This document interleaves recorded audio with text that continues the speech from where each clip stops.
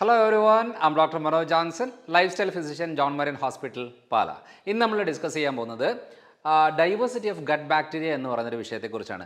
ശരിക്കും പറഞ്ഞാൽ ഈ ഒരു വിഷയം നമുക്ക് എല്ലാവർക്കും ഇത് മനസ്സിലാകണമെന്ന് നിർബന്ധമില്ല, എന്നാലും മനസ്സിലാകുന്ന രീതിയിൽ ഞാൻ പറയാം ഇതിൻ്റെ ഇമ്പോർട്ടൻസ് എന്താണെന്നുള്ളത്. ഇത് അത്രയും ഇമ്പോർട്ടൻ്റ് ആയിട്ടുള്ള ഒരു കാര്യമാണ് നമ്മുടെ ആരോഗ്യമായിട്ട് ബന്ധപ്പെട്ട്. പക്ഷേ ഭൂരിഭാഗ സാഹചര്യങ്ങളിലും ഈ ഒരു ഭാഗമല്ല കൂടുതലും ഈ ചികിത്സയുടെ ഭാഗമായിട്ട് അല്ലെങ്കിൽ നമ്മുടെ ആരോഗ്യം മെയിൻറ്റെയിൻ ചെയ്യാനായിട്ട് നോക്കുന്നത്. വേറെ വേറെ കുറേ മരുന്നുകളും ചികിത്സകളും കുറേ കാഴ്ചപ്പാടുകളും വിശ്വാസങ്ങളുമായിട്ടാണ് ഭൂരിഭാഗം പോകുന്നത്. അപ്പോൾ ഇതിൻ്റെ ഒരു റൂട്ട് കോസ് റിയാലിറ്റി എന്താണെന്നുള്ളതാണ് ഞാൻ പറയാൻ വന്നത്. എന്തിനാണ് നമുക്ക് റിപ്പീറ്റഡ് ആയിട്ടുള്ള ബുദ്ധിമുട്ടുകൾ വരുന്നത്, മരുന്നുകൾ കഴിച്ചാലും മാറാത്തത്, എപ്പോഴും ഒരു ക്ഷീണം ഉണ്ടാകുന്നത്, ഫുഡ് കഴിച്ച് കഴിഞ്ഞിട്ട് നമുക്ക് കടക്കണമെന്നൊരു തോന്നൽ വരുന്നത്, വല്ലാതെ മുടികൊഴിച്ചിലുണ്ടാകുന്നത്, ആങ്സൈറ്റി ലെവൽ കൂടുന്നത്, ഡിപ്രഷൻ ഉണ്ടാകുന്നത്, അതേപോലെ മോഷൻ ക്ലിയർ അല്ലാത്തൊരു അവസ്ഥ വരുന്നത്, സ്കിന്ന് വളരെ ഡ്രൈ ആകുന്നത്, റിങ്കിൾസ് ഉണ്ടാകുന്നത്, പെട്ടെന്ന് പ്രായമാകുന്നത്, ഇങ്ങനത്തെ പലതരം ബുദ്ധിമുട്ടുകൾ നമുക്ക് വരുന്നുണ്ട് എന്നുണ്ടെങ്കിൽ അതിന് റൂട്ട് കോസ് ആയിട്ട് പറയാനുള്ള കുറച്ച് കാര്യങ്ങളാണ്. അതിനകത്താണ്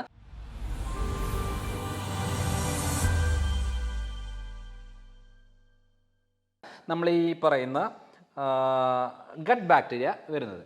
അപ്പോൾ ഈ ഗട്ട് ബാക്ടീരിയ എന്ന് പറയുന്നത് നമുക്കറിയാം ഗട്ട് മൈക്രോബയോട്ട എന്നാണ് പറയുന്നത്. പക്ഷേ അതിനകത്ത് ബാക്ടീരിയ, ഫംഗസ്, വൈറസ്, ഈസ്റ്റ് എന്ന് പറഞ്ഞ പല ടൈപ്പ് മൈക്രോബയോട്ടാസ് ഉണ്ട്. പക്ഷേ നമ്മൾ ഏറ്റവും കൂടുതൽ ഫോക്കസ് ചെയ്യുന്ന പറഞ്ഞാൽ അതിനകത്ത് ബാക്ടീരിയൽ റിലേറ്റഡ് ആയതുകൊണ്ടാണ് ഈ സ്ലൈഡിൽ ഈ വീഡിയോയിൽ നമ്മൾ ബാക്ടീരിയയുമായിട്ട് ബന്ധപ്പെട്ട കാര്യങ്ങളാണ് ചെയ്യുന്നത്. ഇതേപോലെ കുടലിൽ തന്നെ പലതരം ടൈപ്പുകളുള്ള ബാക്ടീരിയകളുണ്ട്. ഇതിപ്പോൾ ഫ്യൂസ ബാക്ടീരിയ, പ്രോട്ടിയ ബാക്ടീരിയ, ആക്ടിനോ ബാക്ടീരിയ എന്നൊക്കെ പറഞ്ഞാൽ പല ടൈപ്പ് ബാക്ടീരിയകളുടെ ഗ്രൂപ്പുകളാണ് നമ്മുടെ കുടലിൽ ഉള്ളത്. ഇതൊക്കെ നമുക്ക് എല്ലാവർക്കും അറിയണമെന്നില്ല, ഇത് റിസർച്ച് സബ്ജക്റ്റ് ആണ്. എന്നാലും ജസ്റ്റ് മനസ്സിലാകാൻ വേണ്ടി ഞാനിത് പറഞ്ഞതേ ഉള്ളൂ. ഇത്രയും വെറൈറ്റി ആയിട്ടുള്ള ബാക്ടീരിയൽ ടൈപ്പുകൾ നമ്മുടെ കുടലിലുണ്ട്. എന്താണ് ഇതിൻ്റെ ഇമ്പോർട്ടൻസ്? ശരിക്കും പറഞ്ഞാൽ നമുക്ക് മനസ്സിലാകുന്ന രീതിയിൽ ഞാൻ പറയാം. ഇപ്പം നമ്മുടെ ഒരു നാട്ടിൽ, ഇപ്പം എൻ്റെ നാട് പാല ആയതുകൊണ്ട് പാലയിൽ ഞാൻ പറയാം. ഇപ്പോൾ പാല എന്ന് പറയുമ്പോൾ അവിടെ കച്ചവടം നടത്താൻ ആൾക്കാർ വേണം. അതായത് തുണിക്കട നടത്തിയാൽ തുണി വാങ്ങിക്കാനായിട്ടുള്ള ആൾക്കാർ വേണം. അതേപോലെ തന്നെ അവിടെ അതൊരു മുനിസിപ്പാലിറ്റി ഏരിയയാണ്. അപ്പോൾ അവിടെ ഒരു ചെയർമാൻ ആവശ്യമാണ്. അതേപോലെ ഭരിക്കാനുള്ള ആൾക്കാർ ആവശ്യമാണ്. ഒരു MLA ആവശ്യമാണ്.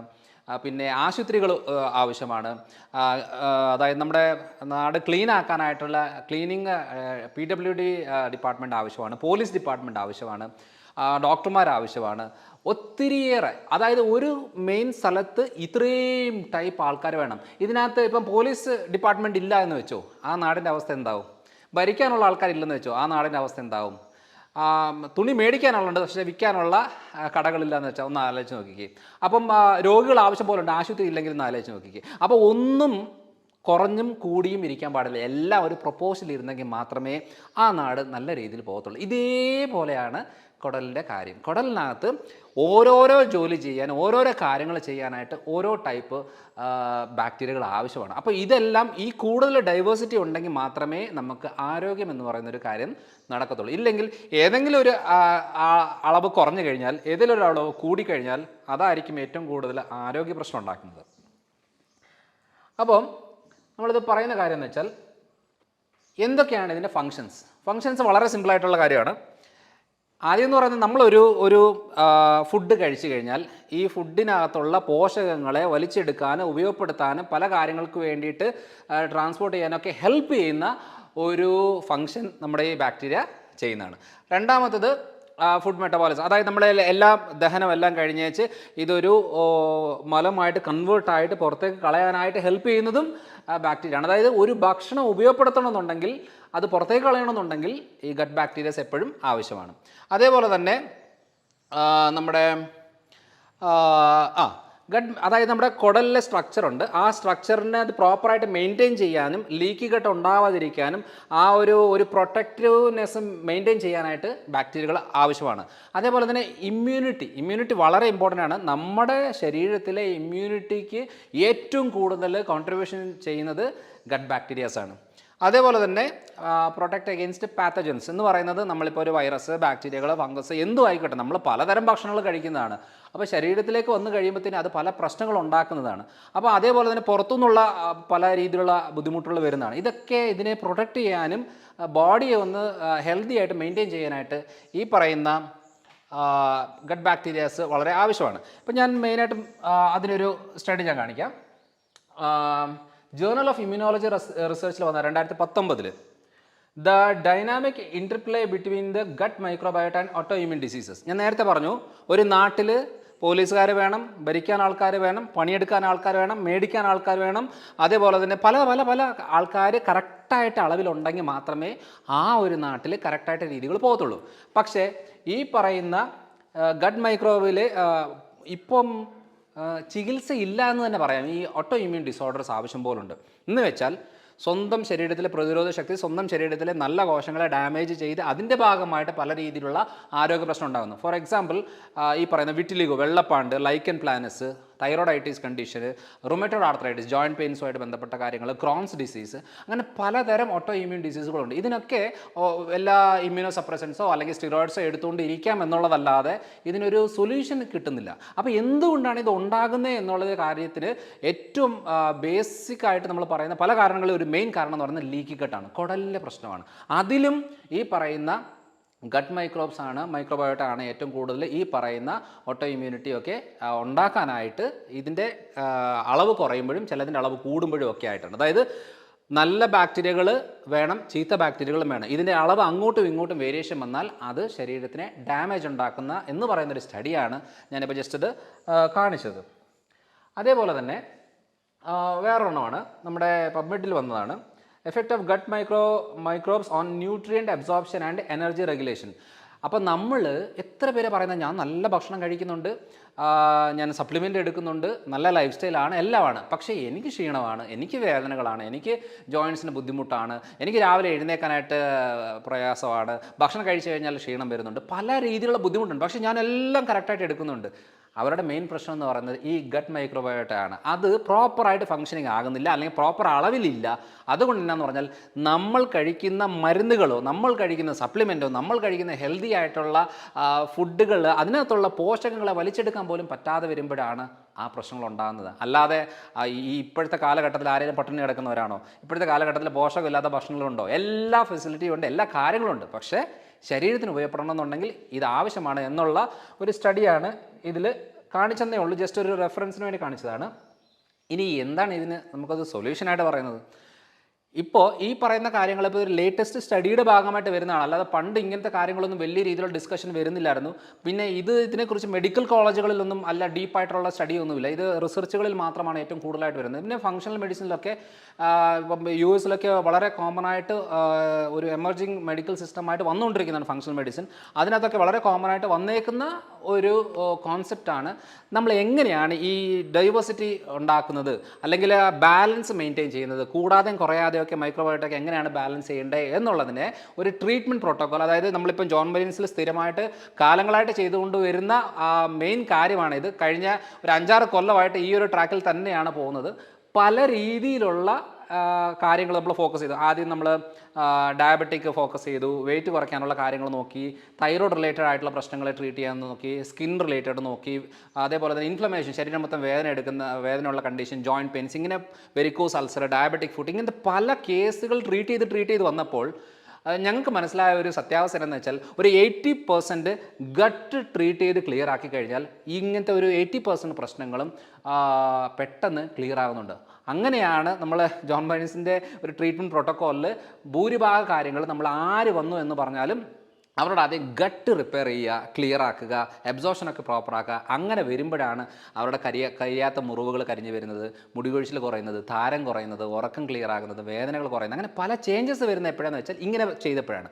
അപ്പോൾ അതിൻ്റെ ഭാഗമായിട്ട് നമ്മളൊരു പ്രോട്ടോക്കോൾ ചെയ്തു. ആ പ്രോട്ടോക്കോളാണ് ഈ പറയുന്ന പ്രോബയോട്ടിക്, പ്രീബയോട്ടിക്, പോസ്റ്റ് ബയോട്ടിക് എന്ന് പറയുന്നൊരു കോമ്പിനേഷനാണ്. ഇത് എന്താണ് പ്രോബയോട്ടിക്, എന്താണ് പ്രീബയോട്ടിക് എന്നുള്ളത് നമ്മൾ പല വീഡിയോകളിൽ പറഞ്ഞിട്ടുണ്ട്. എന്തായാലും റഫായിട്ട് ഞാൻ പറയാം. ഈ പറയുന്ന കുടലിലെ ഹെൽത്ത് മെയിൻറ്റെയിൻ ചെയ്യാനായിട്ട് നമുക്ക് പ്രോബയോട്ടിക്, പ്രീബയോട്ടിക് ആവശ്യമാണ്.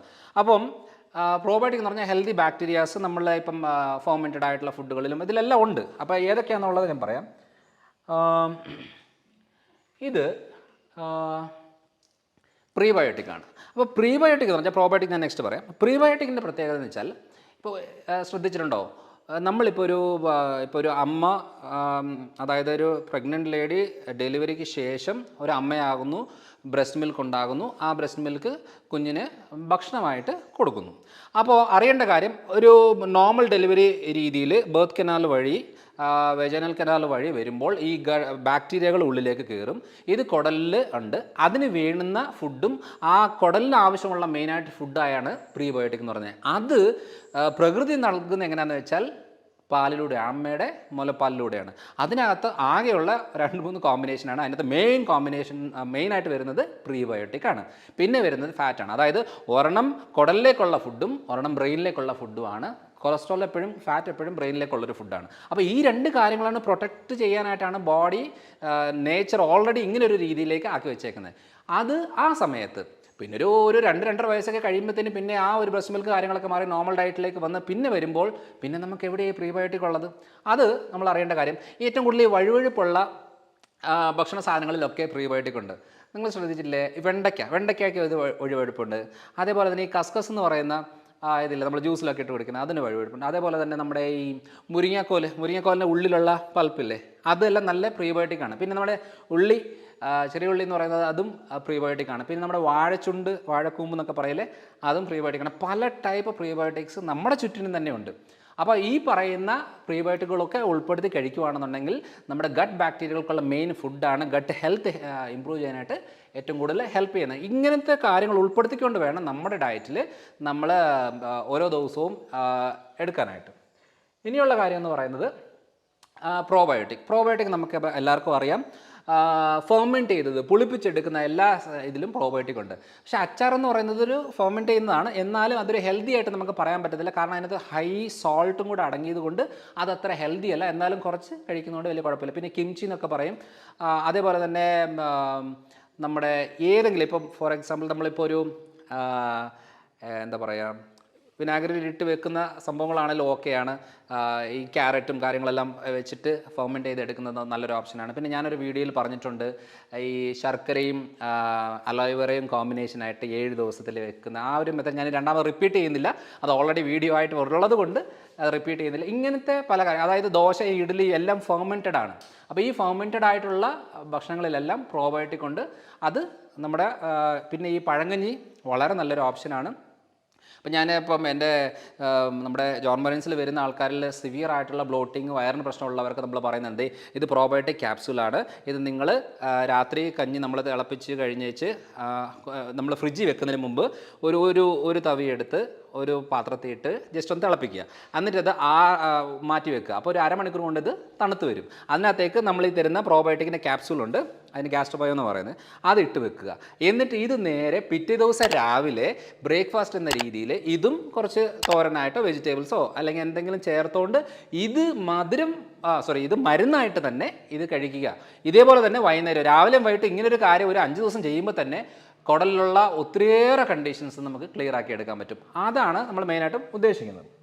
അപ്പം ഇത്രയും കാര്യങ്ങളാണ് നമ്മൾ എന്താ പറയുക, ഈ കുടലിലെ ബാക്ടീരിയകളുടെ എണ്ണം കുറയാതെയും ചിലത് കൂടുന്നുള്ളത് കൺട്രോൾ നിർത്താനും കുറയുന്നുള്ളതിനെ ബാലൻസ് ചെയ്യാനൊക്കെ ആയിട്ട് നമുക്ക് പ്രോബയോട്ടിക് ആവശ്യമാണ്, പ്രീബയോട്ടിക് ആവശ്യമാണ്.